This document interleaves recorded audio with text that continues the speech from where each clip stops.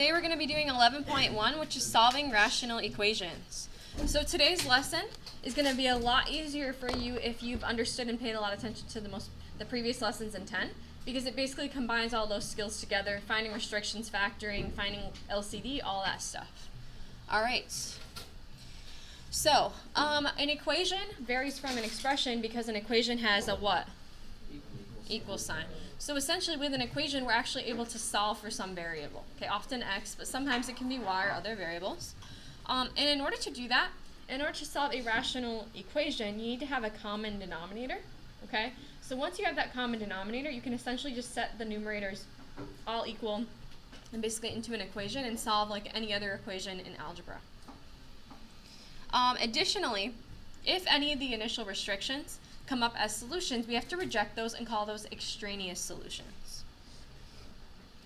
All right, so first one we're going to look at, and I'm probably not going to fill them out on this line because I'm going to be zoomed in. So just keep in mind you have the lines over there to do.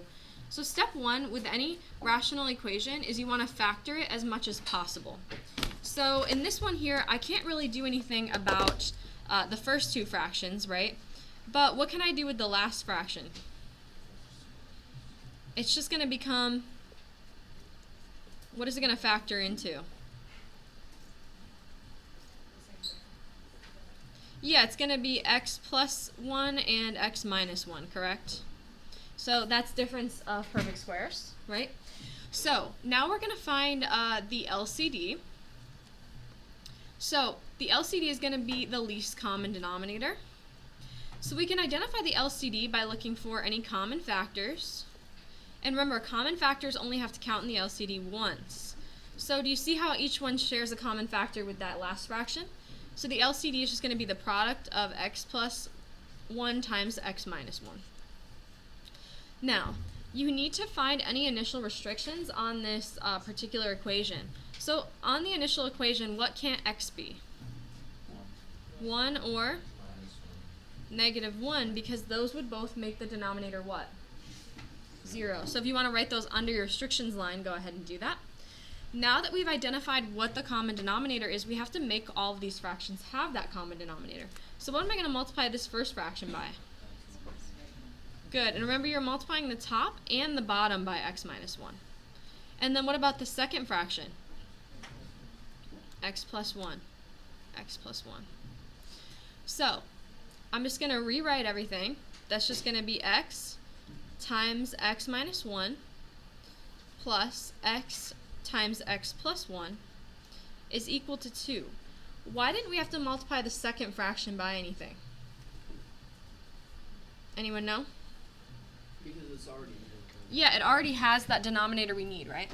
Now, you can go ahead and write the denominator in. These would all have the denominator of x plus 1 times x minus 1. But when you get to the point now, after you multiply everything, don't these all have the same denominator now? So you don't have to worry about the denominator anymore. You just deal with the numerators. You see how I just set the numerators up in an equation? And now you're just going to solve it like you would with any other algebraic equation.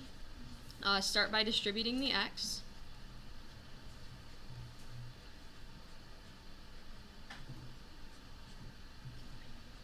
And then you're just going to combine like terms. What's going to happen with the x's? These cancel, right? And this becomes 2x squared equals 2. What would I do then to solve? Divide by 2, and then what?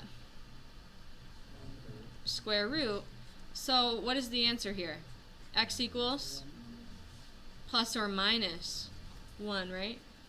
So that yields me two solutions, two possible solutions. X equals negative 1 and x equals positive 1. What's the problem with these two solutions that we found?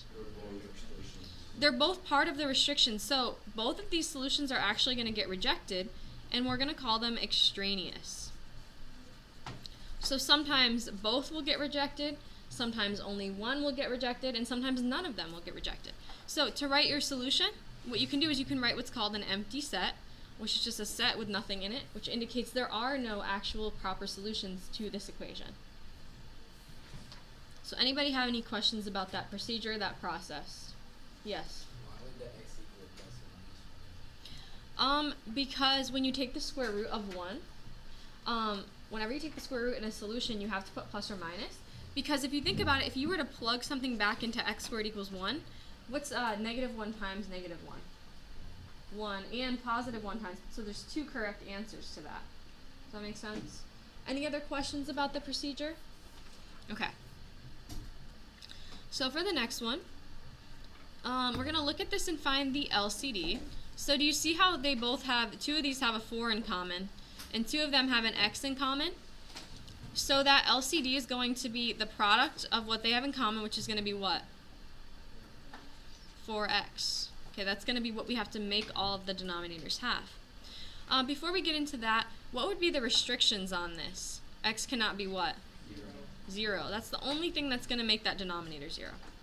So now that we know what the LCD is, we're going to have to multiply each of these fractions by whatever we need to get them to have that LCD. So, do we need to multiply the denominator of this one by anything? No. What about this fraction here? By x on the top and bottom. Remember, you got to do top and bottom. And then what about the last fraction? A 4, right? So, all of the denominators are now technically 4x, right? So, we're just going to deal with the numerators. Everybody see how I got that? That's just me taking this. It just becomes this, okay? Now that you have this, you're just going to solve for x.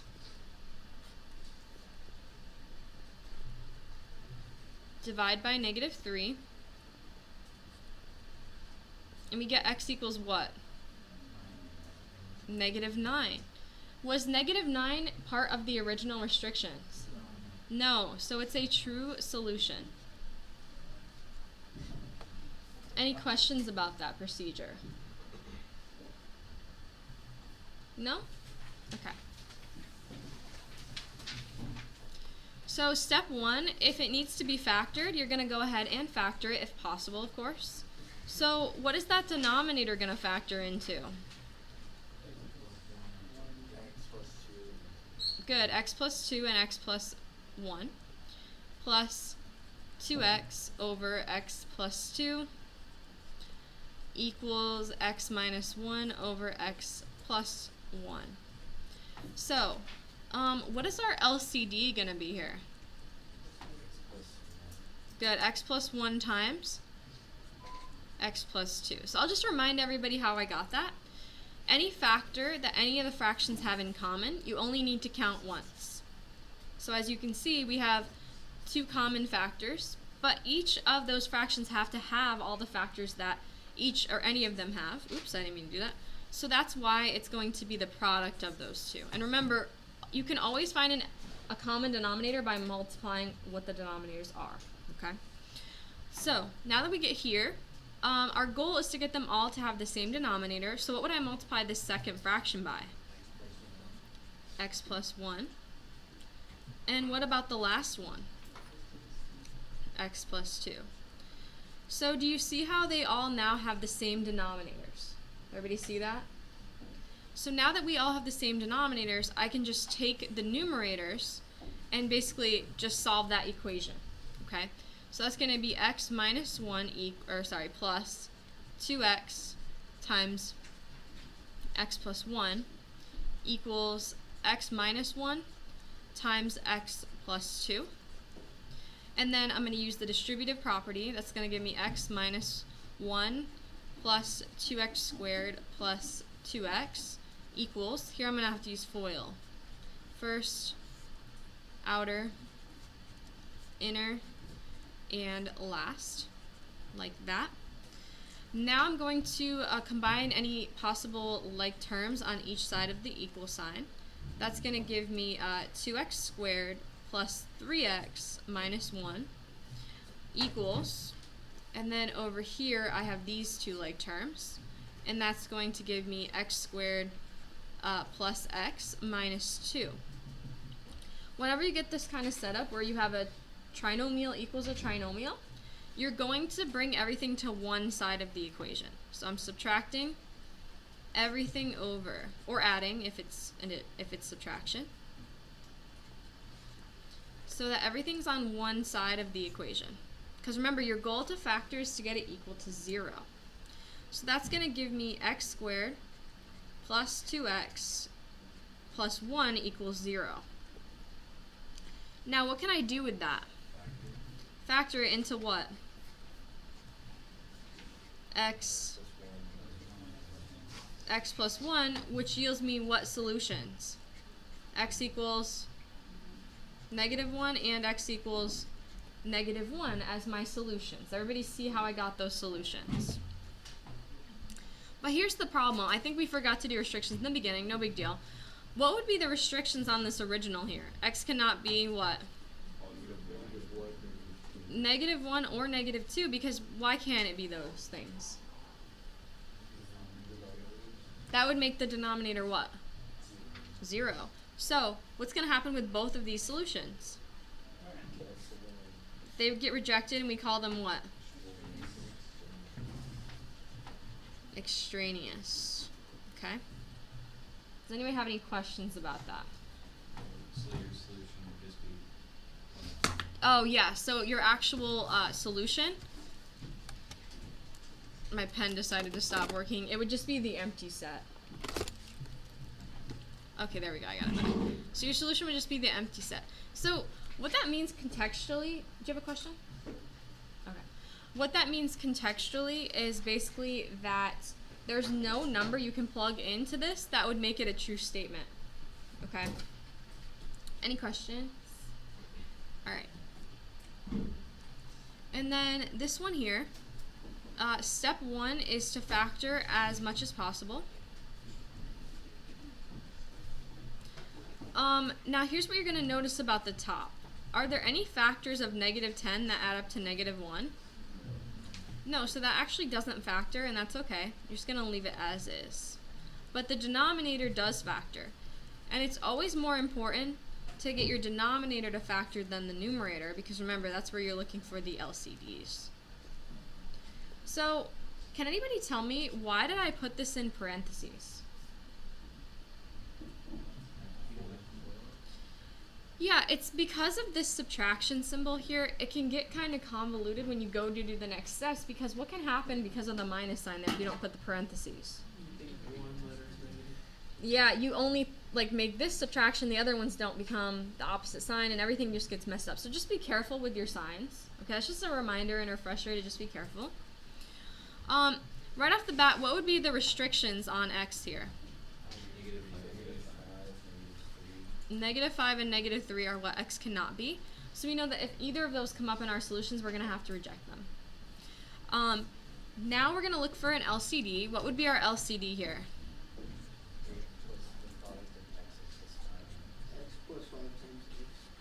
Good, x plus 5 times x plus 3.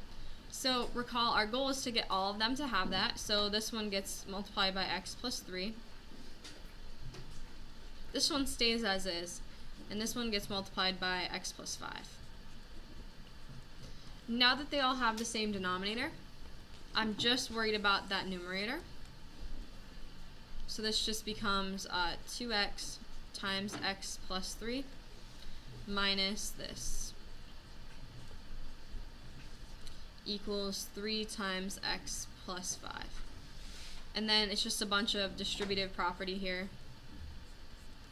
This becomes 2x squared plus 6x minus x squared plus x plus 10 equals 3x plus 15, right? Wait, what are you guys confused about? Anybody? No? Okay. So I'm just gonna combine like terms on each side first.